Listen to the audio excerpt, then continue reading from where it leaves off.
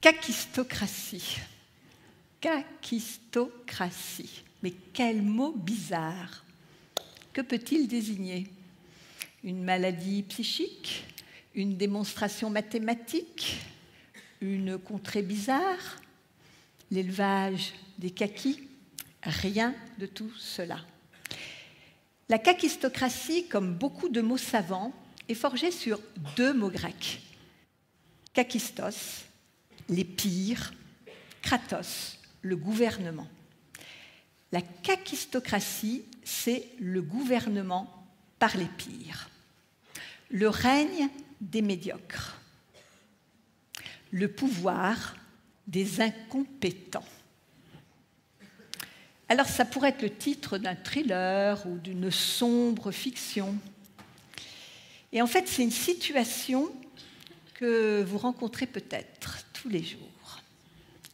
Vous êtes-vous posé la question récemment? Comment mon manager, mon boss, mon PDG, est-il arrivé à ce poste alors qu'il est complètement incompétent?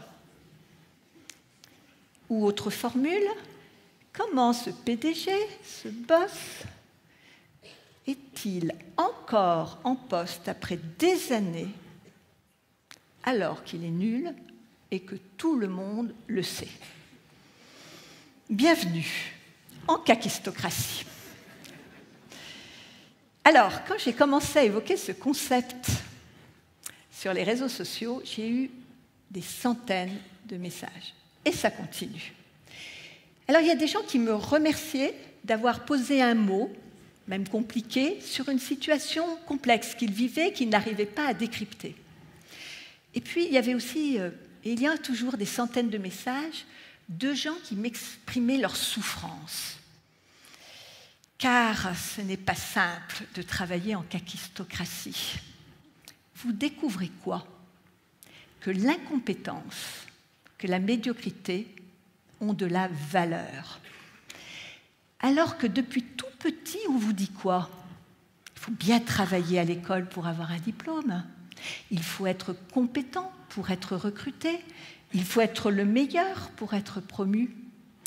En kakistocratie, toutes ces valeurs qui forgeaient votre existence, mérite, reconnaissance, compétence, explosent, disparaissent.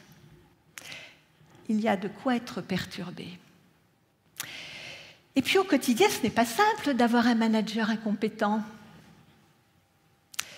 Il faut faire à sa place. Il faut aussi gérer un sentiment de frustration et d'injustice, car on a travaillé dur, nous, pour en arriver là. On peut aussi ressentir de la honte pour son organisation. Et ça peut aller jusqu'à la perte d'estime de soi. Donc c'est bien de poser un mot sur un phénomène, mais ça ne suffit pas.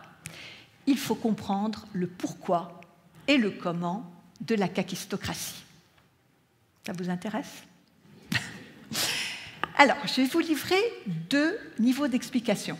L'un au niveau plus des individus et l'autre plus au niveau des systèmes, car il y a des systèmes organisés de kakistocratie. Au niveau des individus, il y a trois comportements qu'on rencontre classiquement. Vous les connaissez. Le premier rejoint ce qu'on appelle le principe de Peter. Peter a dit que plus on monte dans la hiérarchie, plus on rencontre son incompétence. Au début, on est très compétent, puis moins compétent, puis de moins en moins. Et dans tous ces dispositifs de promotion à l'ancienneté, si on ne sait pas dire non, eh bien, on se retrouve en situation de pouvoir, incompétent pour sa fonction. Deuxième situation, c'est ce qu'on peut appeler le piège de la compétence. Vous êtes chef de service et vous avez dans votre équipe quelqu'un d'hyper compétent, un expert ou une experte, qui grâce à lui ou elle, voilà, la boutique tourne, tout marche. Les autres, c'est moins bien. Qu'est-ce que vous faites? Eh bien, vous cherchez à le garder.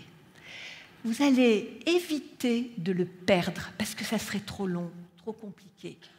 Et au contraire, vous allez plutôt surnoter, faire partir les moins compétents qui vont aller tranquillement vers des promotions. Troisième comportement kakistocrate, c'est tout simplement la peur de la compétence. Vous n'êtes pas très compétent. On vous demande de recruter des talents. Super. Qu'est-ce qui va se passer? Il risque de vous mettre devant votre incompétence. Et pire, de prendre votre place. Donc il vaut peut-être mieux recruter des moins compétents pour continuer à les dominer et à briller. Je passe au système. Donc le système, il y a 3 grands leviers de la kakistocratie. Le premier, c'est la dette. Alors j'illustre. Vous recrutez un compétent ou une compétente. Normal, il ne vous doit rien. Au contraire, il va contribuer à l'organisation, à l'entreprise. Et vous recrutez quelqu'un qui n'est pas assez compétent pour le poste. Il vous doit quelque chose. Il vous est redevable et il le sera toute sa carrière. C'est comme ça que se construisent, par exemple, les mandarinats universitaires. Notre levier des systèmes kakistocrates, c'est la configuration clanique. Vous connaissez aussi. Ces entreprises où ce qui est plus important, c'est d'embaucher son frère, sa sœur, son oncle, son cousin, jusqu'à aller au syndrome du fils du patron. Parce que le clan, il se moque de la compétence et de la performance. Son seul objectif, c'est de se perpétuer. On cite la mafia comme illustration.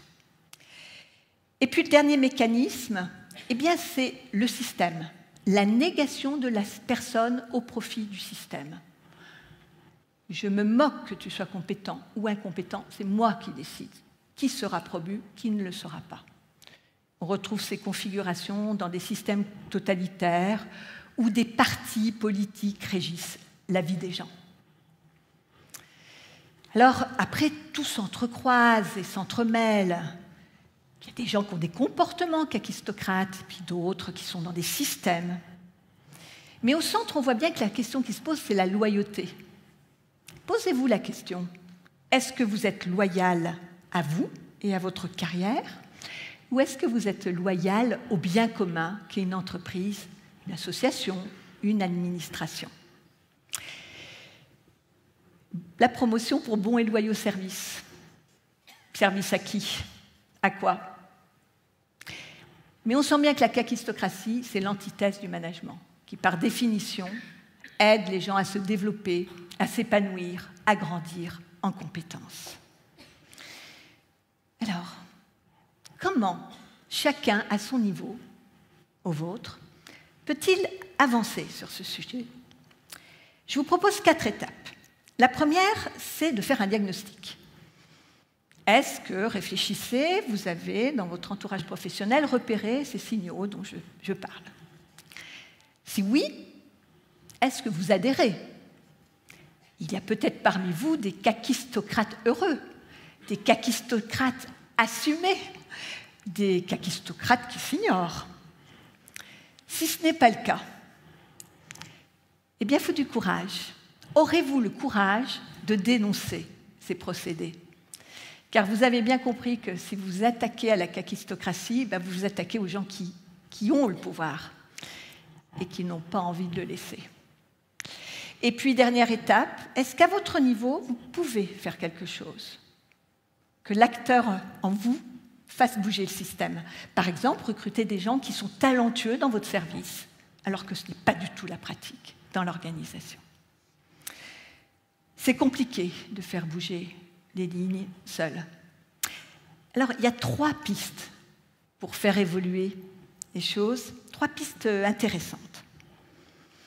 Pour sortir la kakistocratie, la première, c'est de recruter des femmes.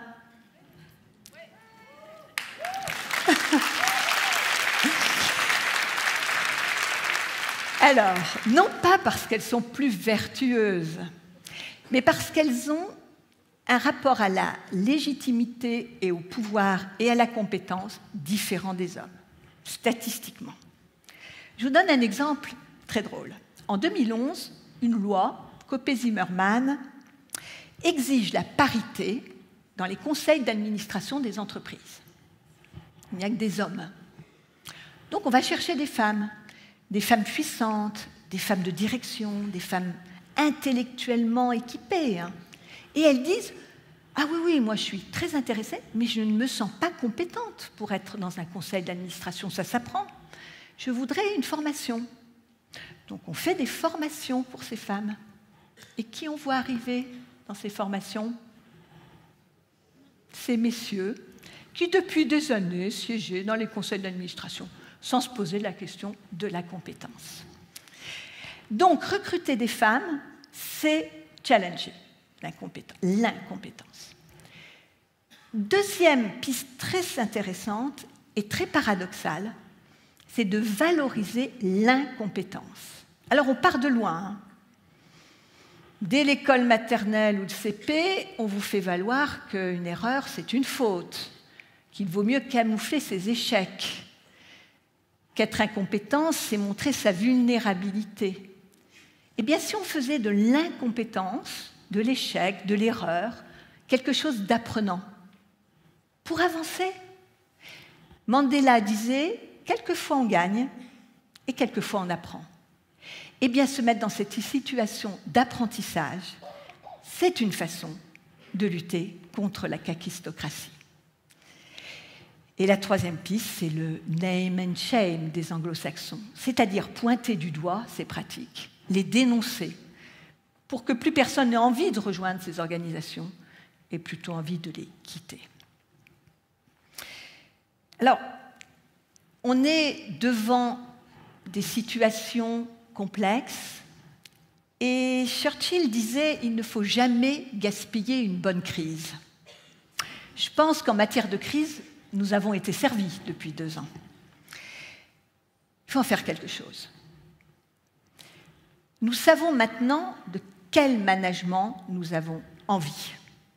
Nous avons envie d'un management bienveillant, d'un management éthique, d'un management équitable, d'un management qui reconnaît les personnes, qui reconnaît leurs compétences, qui reconnaît leurs mérites, leurs efforts.